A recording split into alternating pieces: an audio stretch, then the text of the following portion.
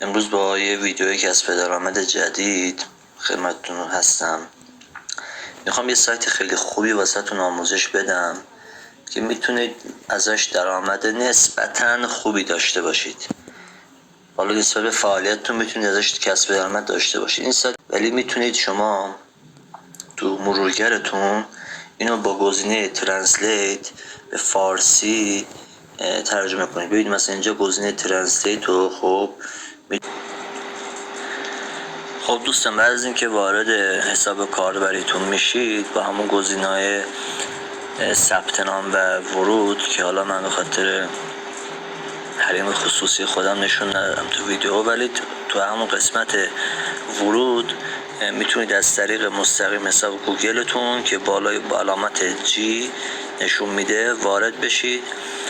و اون یه حساب ایمیلی که به گوشیتون وصله رو با همون وارد بشید مستقیم.